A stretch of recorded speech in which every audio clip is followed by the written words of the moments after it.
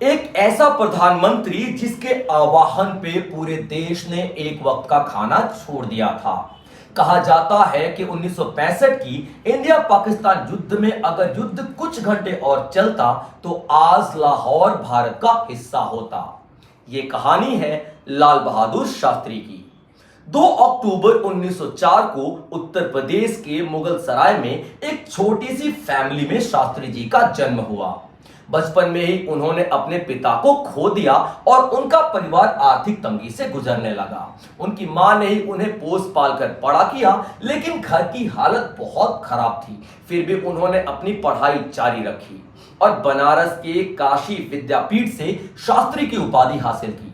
और बस तभी से उनके नाम से शास्त्री जुड़ गया और लोग उन्हें लाल बहादुर शास्त्री कहने लगे। उनका कद केवल 5 फुट 2 इंच का था, लेकिन उनकी सोच बहुत लंबी, बहुत बड़ी थी।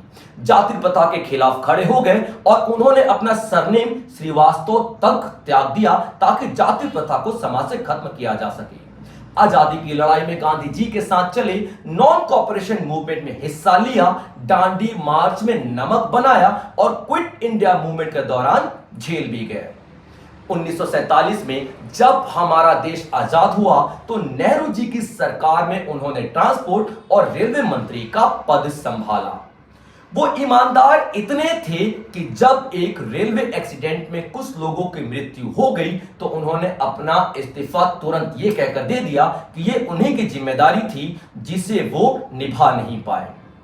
1964 में नेहरू जी की मौत के बाद कांग्रेस सिंडिकेट ने सोचा कि 5 फुट 2 इंच के शास्त्री जी बेहद कमजोर हैं और सिंडिकेट उनसे कोई भी काम करवा सकता है अपनी मर्जी के अनुसार। और बस इसी सोच के साथ सिंडिकेट ने लाल बहादुर शास्त्री को प्रधानमंत्री के पद पे नियुक्त कर दिया।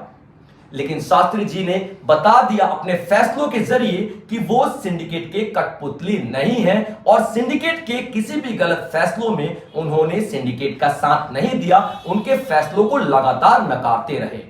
1965 के भारत पाकिस्तान युद्ध में उन्होंने जिम्मेदारी उठाते हुए हमारी सेना को सभी फ्रंट पर पूर्ण अधिकार दिया। उस वक्त हमारा देश अनाज की तंगी से गुजर रहा था।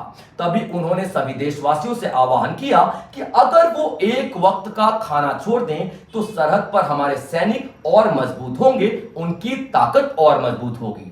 और सारे देश ने उनकी बात मान भी ली। युद्ध लगातार चलता रहा और कहते हैं कि आज लाहौर भारत का हिस्सा होता अगर युद्ध कुछ घंटे और चलता।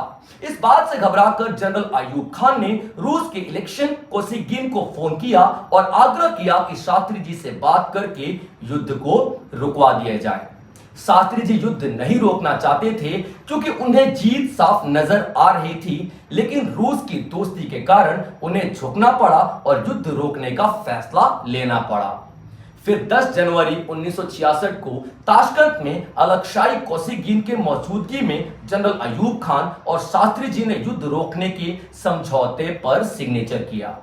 समझौता साइन करने के कुछ घंटे बाद ही उसी रात शास्त्री जी की अचानक मृत्यु हो गई और कहा गया कि उन्हें हार्ट अटैक आया था। लेकिन सवाल उठ रहे थे, क्यों उनका पोस्टमार्टम नहीं हुआ? सवाल उठ रहे थे कि उस रात उनका रसोइया कहां गायब हो गया? सवाल उठ रहे थे क्यों कुछ सबूतों को दबा दिया गया और उनकी मौत का शक कभी रसिया पर, कभी सीआईए पर, कभी पाकिस्तान पर, तो कभी हमारे ही राजनीतिक दलों पर गया, लेकिन फैसला, रिजल्ट आज तक नहीं आया। ये सवाल बहुत बड़े थे और सबसे बड़ा सवाल तो यह था कि किसी देश का प्रधानमंत्री की मौत दूसरे देश में हो जाती है और उसकी छानबीन आज तक पूरी नहीं हुई। भारत सरकार ने आज तक इसे पूरी तरह इन्वेस्टिगेट नहीं करवाया और इसीलिए शास्त्री जी की मौत आज तक एक रहस्य बनी हुई है।